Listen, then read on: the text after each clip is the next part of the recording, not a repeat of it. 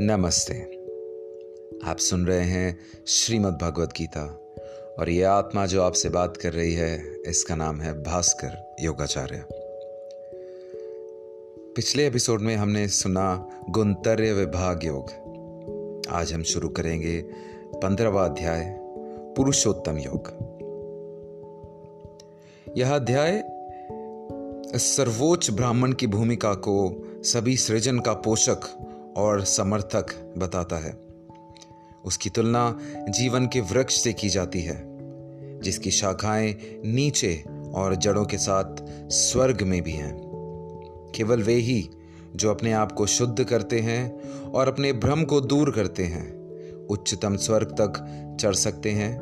दुनिया में वह नाशवान शरीर के भीतर आत्म सन्निहित अवतार बन जाता है। श्री भगवान ने कहा, हे अर्जुन, इस संसार को अविनाशी वृक्ष कहा जाता है जिसकी जड़ें ऊपर की ओर हैं और शाखाएं नीचे की ओर, तथा इस वृक्ष के पत्ते वैदिक स्तोत्र हैं।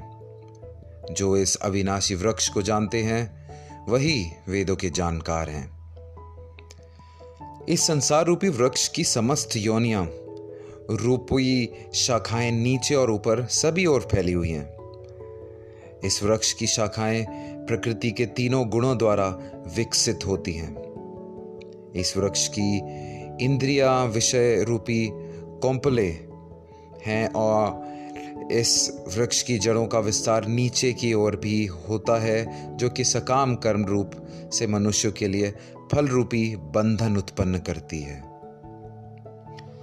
इस संसार रूपी वृक्ष का वास्तविक स्वरूप का अनुभव इस जगत में नहीं किया जा सकता है, क्योंकि ना तो इसका आदि है और ना ही इसका अंत है और ना ही इसका कोई आधार ही है। अत्यंत दृढ़ता से स्थित इस वृक्ष को केवल वैराग्य रूपी हथियार के द्वारा काटा जा सकता है।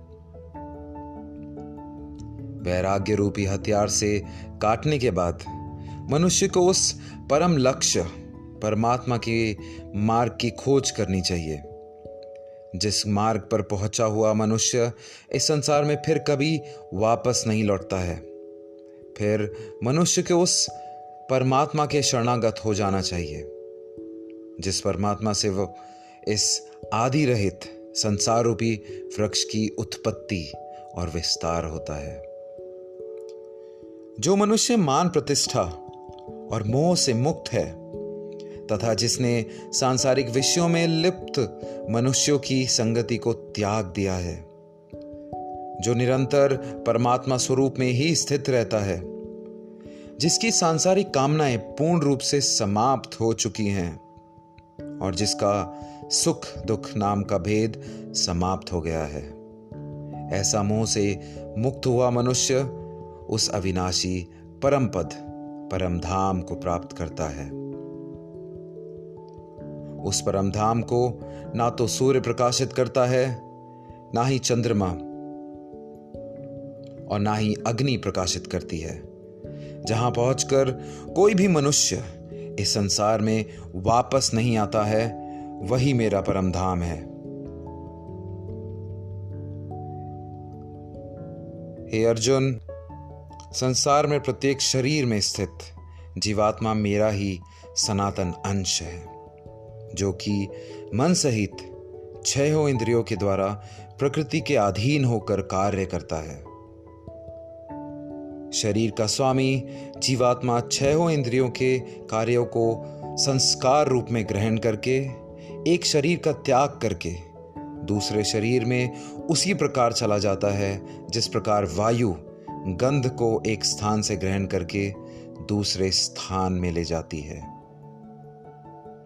इस प्रकार दूसरे शरीर में स्थित होकर जीवात्मा कान, आंख, त्वचा, जीभ, नाक और मन की सहायता से ही विषयों का भोग करता है। जीवात्मा शरीर का किस प्रकार त्याग कर सकती है, किस प्रकार शरीर में स्थित रहती है और किस प्रकार प्रकृति के गुणों के अधीन होकर विषयों का भोग करती है, मूर्ख मनुष्य कभी भी इस प्रक्रिया को नहीं देख पाते हैं। केवल वही मनुष्य देख पाते हैं जिनकी आंखें ज्ञान के प्रकाश से प्रकाशित हो गई हैं। योग के अभ्यास से प्रयत्नशील मनुष्य ही अपने हृदय में स्थित इस आत्मा को देख सकते हैं। किंतु जो मनुष्य योग के अभ्यास में नहीं लगे हैं, ऐसे अज्ञानी प्रयत्न करते रहने पर भी इस आत्मा को नहीं देख पाते हैं। हे अर्जुन, जो प्रकाश सूर्य में स्थित है, जिससे समस्त संसार प्रकाशित होता है, जो प्रकाश चंद्रमा में स्थित है और जो प्रकाश अग्नि में स्थित है, उस प्रकाश को तू मुझ में ही उत्पन्न समझ।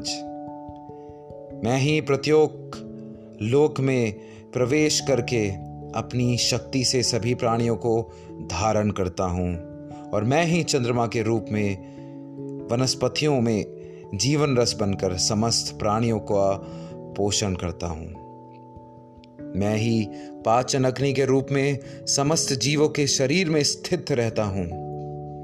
मैं ही प्राण वायु और अपान वायु को संतुलित रखते हुए 4 प्रकार के चबाने वाले, पीने वाले, चाटने वाले और चूसने वाले अन्नों को पचाता हूँ।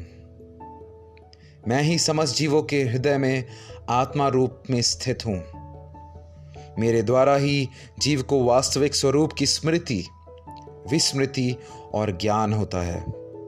मैं ही समस्त वेदों के द्वारा जानने योग्य हूँ। मुझसे ही समस्त वेद उत्पन्न होते हैं और मैं ही समस्त वेदों को जानने वाला हूँ।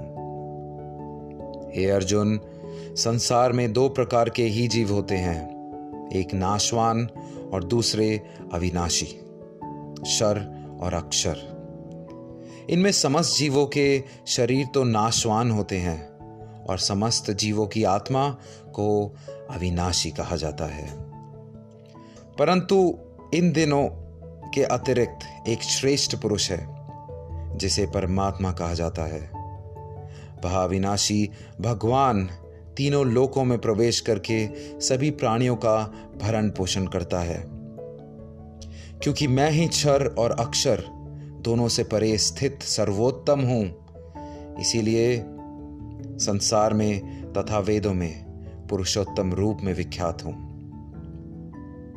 हे भारतवंशी अर्जुन, जो मनुष्य इस प्रकार मुझको संशय रहित होकर भगवान रूप से जानता है, वह मनुष्य मुझे ही सब कुछ जानकर सभी प्रकार से मेरी ही भक्ति करता है। हे निष्पाप अर्जुन, इस प्रकार यह शास्त्रों का अति गोपनीय रहस्य मेरे द्वारा कहा गया है। हे भारतवंशी, जो मनुष्य इस परम ज्ञान को इसी प्रकार से समझता है, वह बुद्धिमान हो जाता है और उसके सभी प्रयत्न पूर्ण हो जाते हैं। इस प्रकार उपनिषद, ब्रह्म विद्या और योग शास्त्र रूप श्रीमद् भागवत गीता के श्री कृष्ण अर्जुन संवाद में पुरुषोत्तम योग नाम का 15वां अध्याय संपूर्ण हुआ। आप सभी का बहुत बहुत धन्यवाद इसे सुनने के लिए, एंड सुनते रहें श्रीमद् भागवत गीता। जय श्री कृष्ण।